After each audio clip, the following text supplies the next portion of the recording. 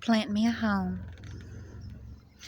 Plant me a home, only a forest will do. My home has been cut down to make room for you.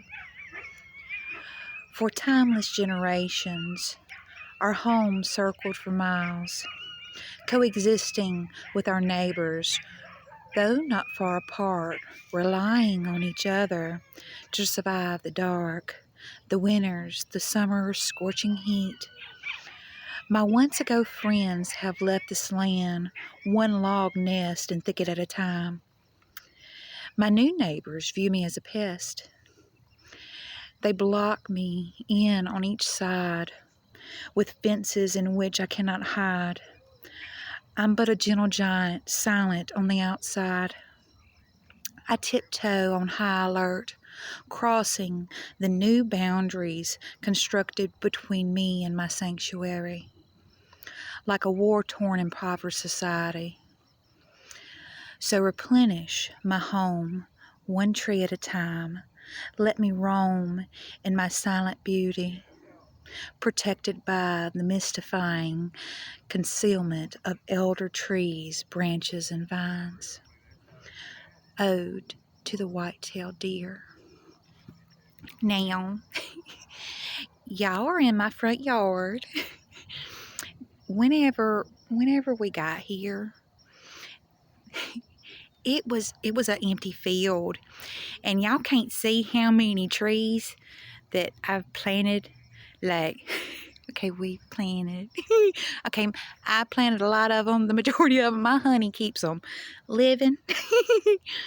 And anyway, we have fruit trees and hardwoods and like all kind of trees. But we probably planted at least 1,000, since we've been here. And, we started planting trees as soon as we bought this property. We started planting fruit trees before we bought a house, before we started building our house. And anyway, so this is my future forest. It's been growing for a while, and I love it. But that has nothing to do with it. Okay, so that's an ode to the white-tailed deer, They're so beautiful. They're majestic, silent beast, with such a power. They're such powerful, strong, resilient creatures. I really, a lot of the times, I'm kind of envious of a lot of animals. I know that sounds weird, but I kind of am, because they don't make all these stipulations of their existence. They just live, they don't have to work, they just roam and live, and the weather doesn't affect them, like it does us. We're the majority of us, and anyway, I was looking at a duck the other day, and I was like, oh, I wish I was a duck. He's just bobbing under the water. He's so free. He could go to a different country if he wanted to, all he's got to do is flap. Where was I going with this? Anyway, so let's go back to the deers. Okay, so the reality of it is,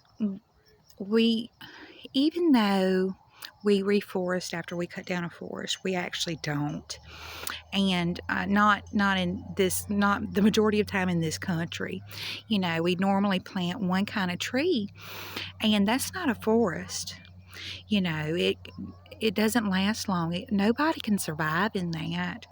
They need all kinds of different trees, and because in a real forest, there's countless species. There's countless species of animals, countless species of plants, shrubberies, as well as trees. They need that for their coexistence. They can't They can't live off of one thing. And whenever we plant a whole bunch of pine trees all in a row, they don't live long anyway because, they get those beetles, and that the beetles, they just go from one tree to another. And then eventually, shortly after, you got a whole bunch of dead trees, that, anyway, it doesn't matter what matters, but, anyway, so this is, where was I going? Who knows? Nobody knows. Y'all can hear my neighbors? Woo! On all these acres. All these acres. Still hear the neighbors. Anyway, they're good neighbors. I have amazing neighbors. And they got a lot of dogs, but I have amazing neighbors. I love Brian. Brian is my honey's buddy, and I love it out here. I love it out here. And it's a great place. And sometimes we got deers in the backyard. Well, we got deers all kind of places, but I got deers in the backyard, and they travel, next to the river, because we're on the river, and they travel next to the river in big groups sometimes. And one time